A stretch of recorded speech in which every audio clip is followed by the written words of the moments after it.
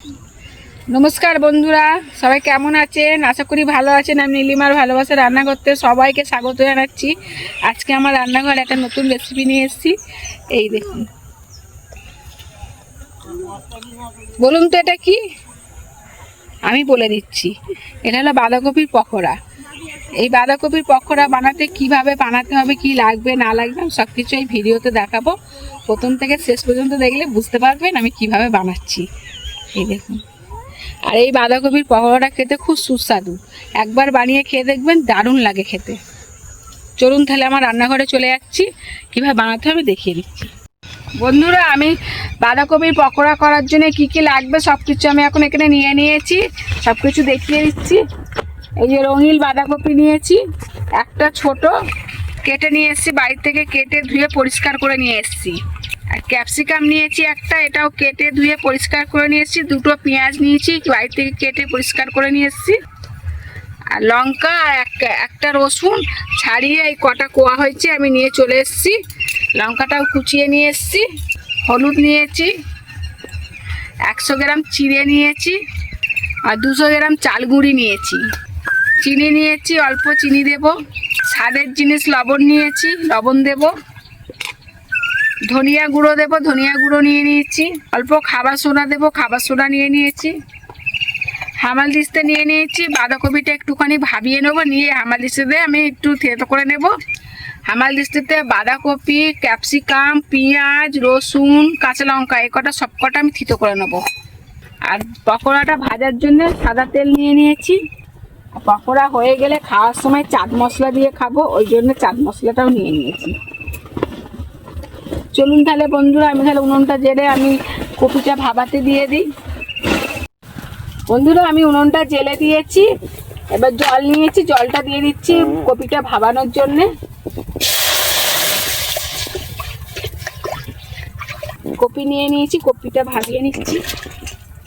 রঙিন কপি তো খুব সুন্দর কালার লাগছে, আর পকোড়া করলে তো দারুণ লাগবে।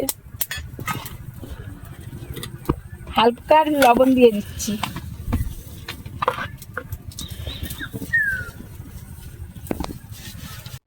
বন্ধুরা, আমি হামাল দিস্তে নিয়ে নিয়েছি, রসুন কাঁচা লঙ্কা দিয়ে দিলাম,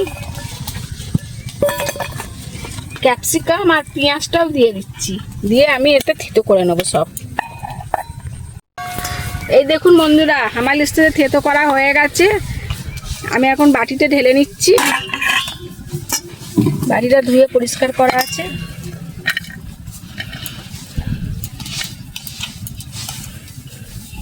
আমি হামাল দিস্তাটা আর ধুলাম না, এটা আমি আর বাঁধাকপিটা একটু থেতো করে নেব। বাঁধাকপিটা ভাবানো হয়ে গেছে, আমি এখন ঢেলে নিচ্ছি।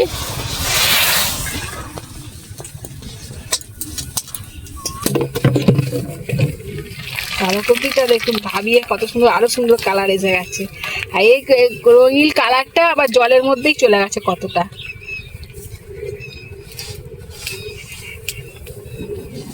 এবার এই বাঁধাকপিটা হামাল দিস্তাতে আমি থেতো করে নেব।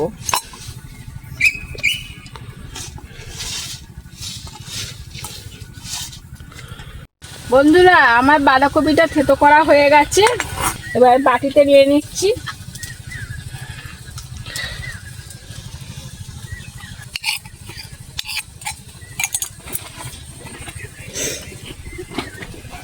এবার যা যা লাগবে আমি সব দিয়ে দিচ্ছি।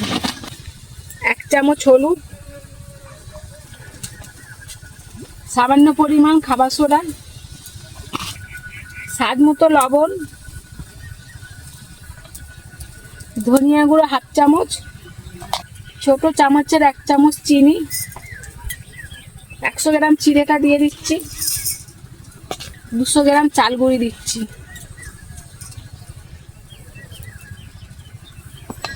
ভালো করে এটাকে মেখে নেব।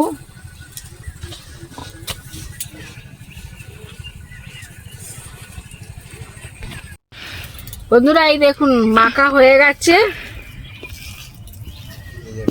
আপনারা চাইলে বেসন দিয়েও মাখতে পারেন। আমি চাল গুঁড়ি দিয়েছি, বেসন আমি দিইনি।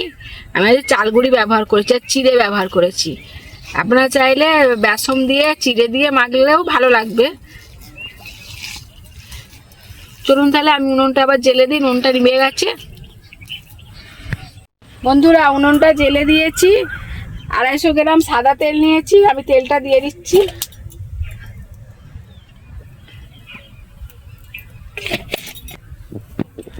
তেলটা গরম হলে তারপর আমি বাঁধাকপির পকোড়া করা শুরু করে দেব।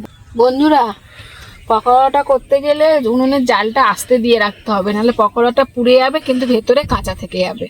ওই জন্য আমি আস্তে আস্তে জাল দিয়ে পকোড়াটা বানাবো, আর এইভাবে পকোড়া খেতে দারুণ লাগে।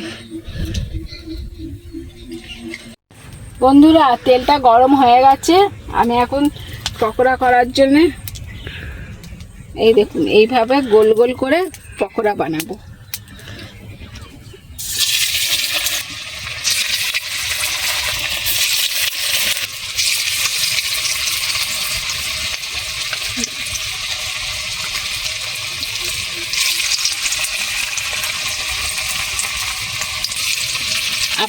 আপনারা চাইলে এর থেকেও বড় করতে পারেন, এরকমও করতে পারেন, এর থেকে ছোটও করতে পারেন।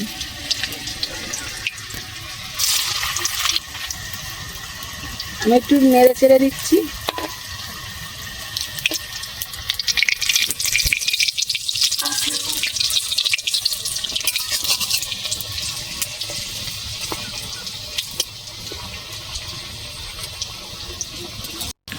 পকোড়া ভাজা রেডি হয়ে গেছে এক খোলা। এই দেখুন লাল লাল করে চুবিতে কাগজ পেতে নিয়েছি আগে থেকে, আমি চুবিতে তুলে নিচ্ছি।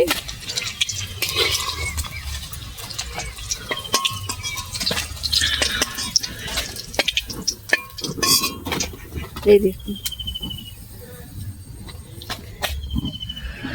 7খানা পকোড়া ভাজা হয়ে গেছে। আবার দিয়ে দিচ্ছি।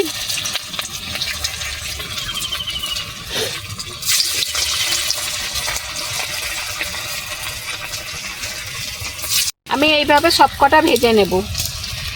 বন্ধুরা বাঁধাকপির পকোড়া রেডি হয়ে গেছে, এই দেখুন। এবার আমি এতে চাট মশলা মিশিয়ে দেবো, মিশিয়ে আমি খেয়ে দেখাবো কেমন হয়েছে। চাট মশলা নিয়ে নিচ্ছি।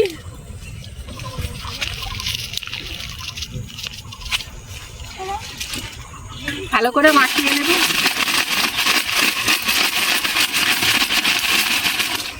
ভালো করে মাখিয়ে নিয়েছি, এবার আমি খেয়ে দেখাবো কেমন হয়েছে। বন্ধুরা এই দেখুন আমি দুটো বাঁধাকপির পকোড়া নিয়ে নিয়েছি, চাট মশলাও মেশানো হয়ে গেছে। এবার আমি খেয়ে দেখবো কেমন হয়েছে। এই দেখুন কি সুন্দর লাগছে, খুব গরম।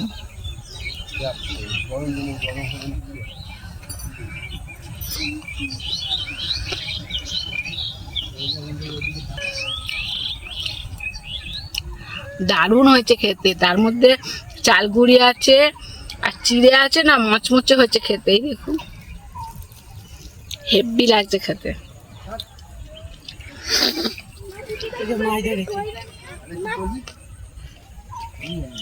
খুব সুন্দর খেতে হয়েছে। আপনার এইভাবে বাড়িতে বানিয়ে খেয়ে দেখবে, দারুণ লাগবে।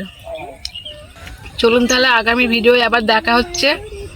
আজকে দিনটা রাতটা সবাই ভালো কাটুক। টাটা।